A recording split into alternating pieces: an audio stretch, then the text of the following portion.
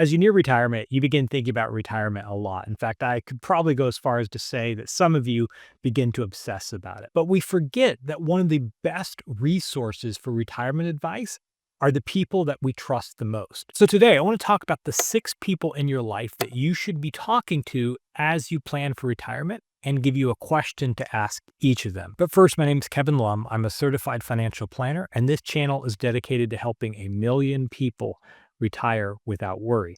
Now, before I dive in, I need to give credit for this particular video. I read an article in the Wall Street Journal talking about this issue, and I thought it was such a smart idea because I talk to people all the time who spend hours in front of their computer with spreadsheets and calculators and think about RMDs and Roth conversions and all the other things that we do as we prepare for retirement. But we also have an incredible resource in our life, and that's the relationships that we built up over the years. Now, we're not all going to have all 6 people, but my guess is as we go through this list, it's going to help you begin to think about people in your life that you should talk to. So let's dive in. First, if you're married, it probably doesn't need to be said, but you want to talk to your spouse about retirement. There is a good chance that you and your spouse may not be on the same page. And so you want to find out before you get too far down the retirement road whether you and your spouse are on the same page. And I meet with a lot of clients who aren't exactly on the same page when it comes to retirement. And that's normal and that's okay. But you want to start having a conversation about retirement with your spouse sooner rather than later.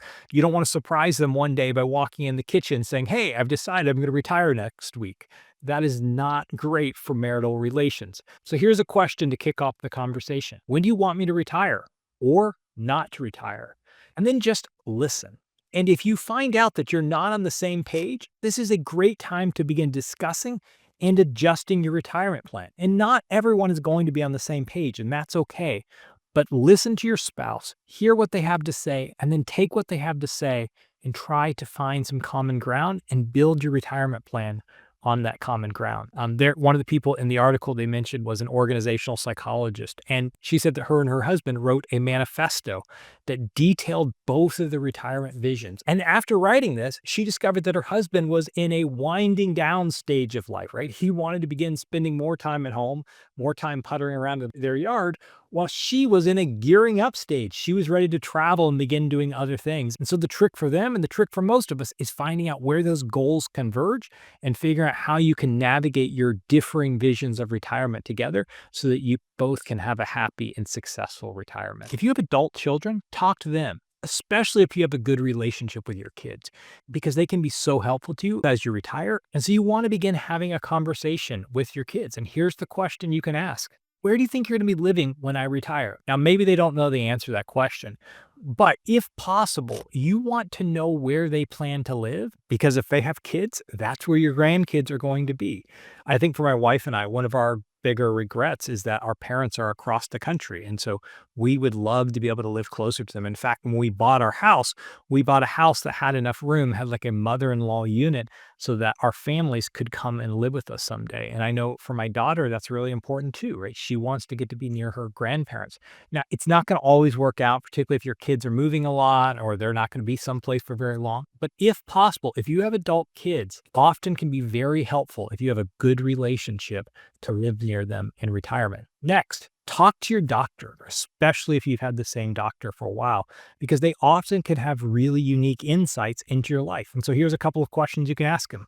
First, what have you noticed about patients who adjust well to retirement versus those who don't?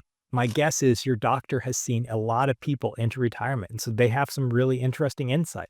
What is the difference between people who adjust well to retirement and those who don't? Your doctor, like I said, has probably seen a lot of people in the same position as you. The second question you can ask them, is there something you know or that I'm refusing to acknowledge that would impact my future health? Now, sometimes, and maybe I should say most of the time, we don't want to know what they're going to say, but they can have a really unique insight and can be very helpful to us, both as we're thinking about retirement and things we should consider, but also as we're thinking about our health as we enter into our retirement years. Because I talked about this in another video, but the most important asset is not the money that is in your portfolio, but your most important asset in retirement is your health. Next, talk to your HR department. If you're still working, talk to whoever's head of human resources. They can be an incredible ally as you're stepping into retirement. They can be especially helpful if you have a complicated pension plan, or the company's going to offer you health care after you leave, or figuring out Cobra, and all these different things that you need to consider as you move into retirement and as you retire. And so make the person who's in charge of HR, make them your friend. Now, I have a personal investment in HR people. My wife, her entire career was serving as a human resources executive. And she always tells me, we don't get the respect we deserve. Well, give your HR person the respect they deserve, because they can be an incredible, helpful ally as you move into retirement. So here's the question I want to ask them. Can you help me get ready for retirement, get everything in place to retire before I actually retire? And they can also help you sorting through, like, can you roll over your 401k to a traditional IRA before you retire? That's often helpful to kind of get everything in place to go ahead and roll that 401k over into traditional IRA, whether you're going to manage it or somebody else is going to manage it. It's often easiest if you do that before you retire. So talk to your human resources executive or whoever your contact is there. And so ask them, can you help me get everything in place so this retirement goes really smoothly? Next, if you have a sibling, talk to your sibling. They probably know you better than almost anyone else. If you have a good relationship with your sibling, they can be an incredible resource because they know the good things about you. They know your weaknesses. And so they can just be very helpful. And so as you're making plans for retirement, talk to your sibling. And also, as you're thinking about where you want to live, if you don't have kids to live near, or maybe even if you do, maybe you don't like your kids, it can be helpful to live near siblings. It's nice to have family nearby as you retire. And so here's the question you ask them, right? They know you better than almost anyone else. What do you think will be the most challenging thing for me in retirement?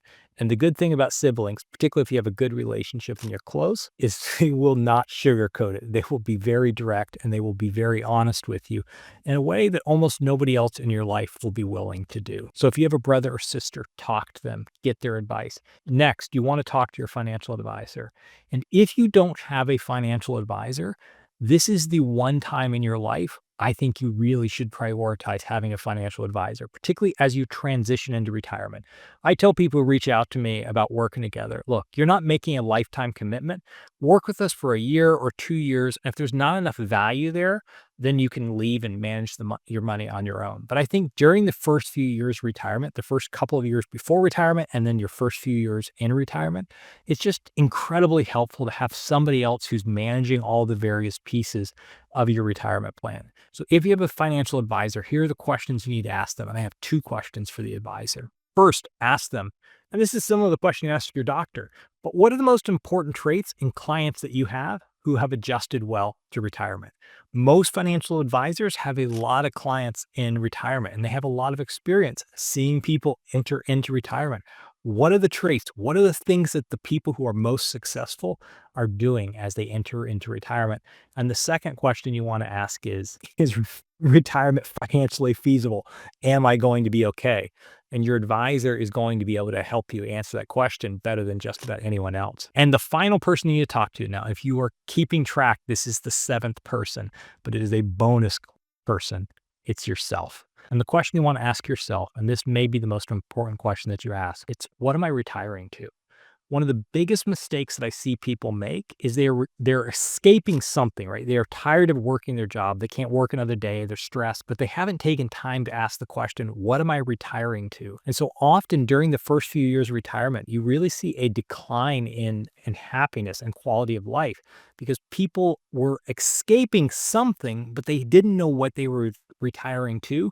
And there's just kind of an aimlessness that I've seen in people, right? They really don't know what to do with their time. Now, I'm not going to go into it in this video. I have other videos where I talk about this more in depth. But once you retire, you want to have some things to keep you busy, whether it's volunteering or a sport, and have some structure to your day, right? Have a schedule, something that kind of keeps you on track. So you're not just kind of sitting around the house trying to figure out, what do I want to do with my time? Now, a lot of you, when I talk to you, you're like, I do not have any trouble figuring out how I want to spend my retirement.